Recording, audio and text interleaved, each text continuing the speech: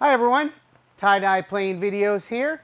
You'll notice a few things different today. I'm in the garage by myself. I have nobody in the control room. I am working two computers, one to monitor the live feed and one to watch the chat. Hi Tyrox85, glad you could join us. This is sort of an unofficial get ready video. I was in the garage cleaning up and getting ready for our live feed on Wednesday, and I was getting ready to prep the pneumatic squeezer. And so I decided before I did that, maybe I would go live. Maybe there'd be some interesting people that would like to see that happen and be interested in it. So if you're interested in us doing more videos, you can sponsor us at our PayPal at tydyeplanevideos@gmail.com. That's TYDYPLANEVIDEOS at gmail.com. You can also get our Bitcoin address on our channel and our About Us page. So here we go. What do we got? Rotten Banana, thanks for joining. I'll be trying to monitor the chat since I'm here in the garage by myself. I'll be trying to do a little bit of everything at the same time. Hi Jeff, nice to see you. Great to hear. So you'll notice I'm using my lapel mic today. So after playing yesterday with all the audio, I worked hard with a friend of mine to play a little bit more, get our remote mics to work, and I think we figured out what the echo problem was. So we'll consider that solved. So what are we doing here today? It's just going to be a pretty quick video. We have the pneumatic squeezer that we purchased. It's produced by USA Tools. This is a really dangerous tool.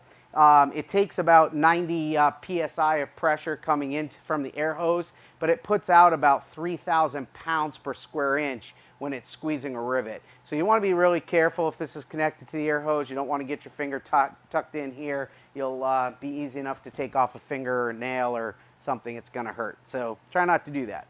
So first things first, when you buy the squeezer, it comes separate from the yoke. You'll remember the other day I dropped the yoke on Tyler's foot.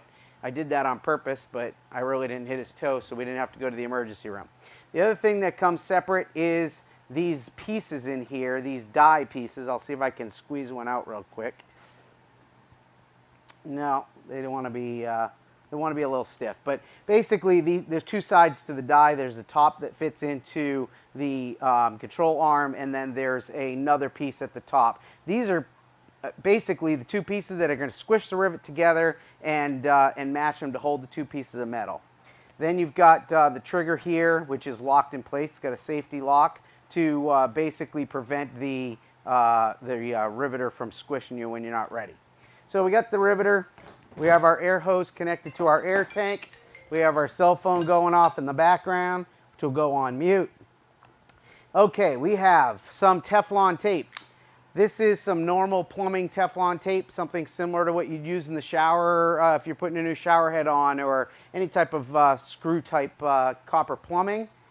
We have a quick connect, which we're going to be attaching to our squeezer end. And that will allow us to easily pull the hose on and off.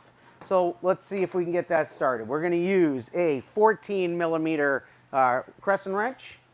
And all right, so here we go. So first step is prepping the quick connect piece. So we're just going to cut off a small piece of Teflon tape here.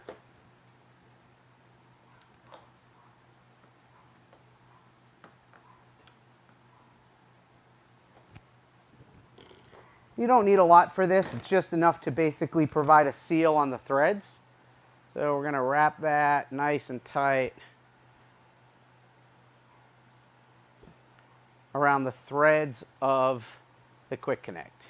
And I like to just smash it in between the threads. Even though it's not required, it'll happen once we squeeze it in. It's not really necessary if it looks pretty. You can tell from some of my other work, the white Teflon tape is sticking out at the end here. Once we got that done, we're going to pull this plastic plunger outside the squeezer. And we're going to just hand tighten this in. Make sure that the Teflon tape is going down into the socket. So get that nice and hand tight. Just going to use the crescent wrench to give it a quick little snug up.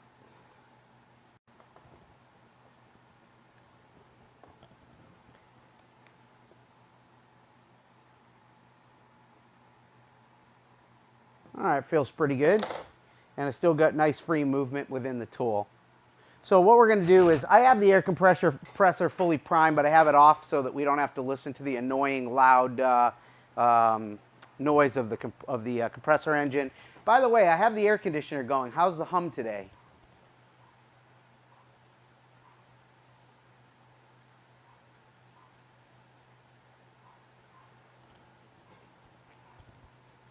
Let's see if we get any feedback on that hum. So okay, so now we've got the quick connect in. It's nice and snug. We're going to squeeze down. Oh good, hum is non-existent. That's fantastic, so I don't have to sweat in my garage. Fantastic.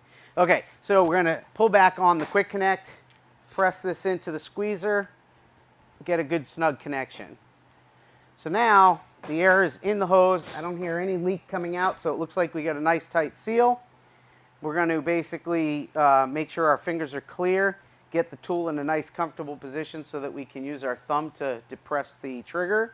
And we're just going to release the safety here by pushing that up. Now if we did this properly, this thing should squeeze together.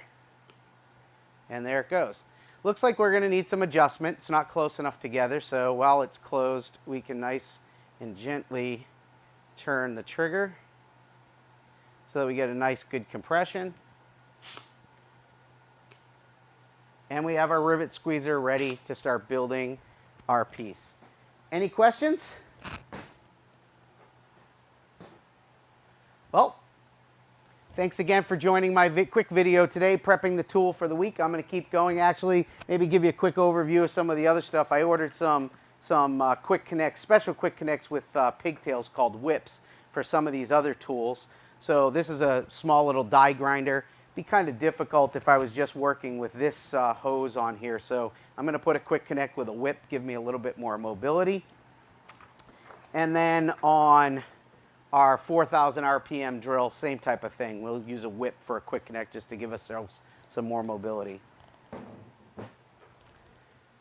How many rivets to build the full plane? You know, it's probably in the hundreds of thousands. I guess I'll be able to give you a better answer on that once I get the build sheet from Vans. But I think in the empennage kit, it's in itself in the tens of thousands, so it's quite a bit. And Tyler, how come it's not shooting up?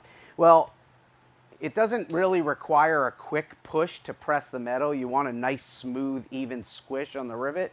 So going up nice and smoothly is the better way to go.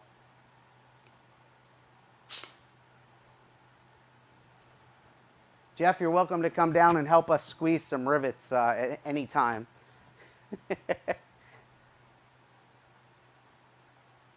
Speed that the plane can go. The plane's basically a 100 horsepower engine. Probably average speed, traveling speed once you're at cruise altitude of maybe 5,000, 6,000 feet. Probably about 115 miles an hour, somewhere in that range. Certainly fast enough to go anywhere in Florida in an hour, a couple hours.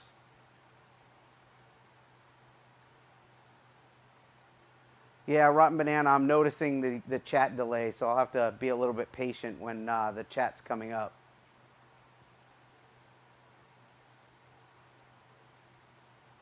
Boca to Orlando. Yeah, I bet you're asking because you want to go to the parks and not because you want to go up to work with me. But Boca to Orlando is probably about an hour and 5 minutes or so. Takes a little bit longer with Orlando because there's a lot of restricted airspace in the center of the state, so we have to go up the East Coast or up the West Coast and then cut over.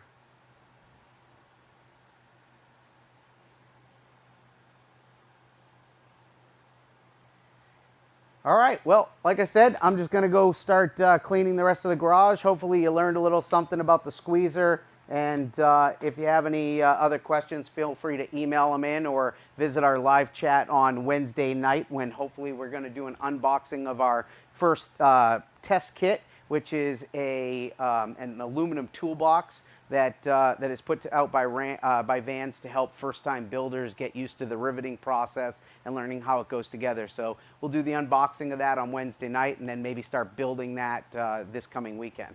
So Tie-Dye Plane Videos here, signing out. Remember, if you'd like to sponsor us, our email address for PayPal is tiedye that's Tydy, Plain Videos, that's PLANEVIDEOS, at gmail.com. Have a great day.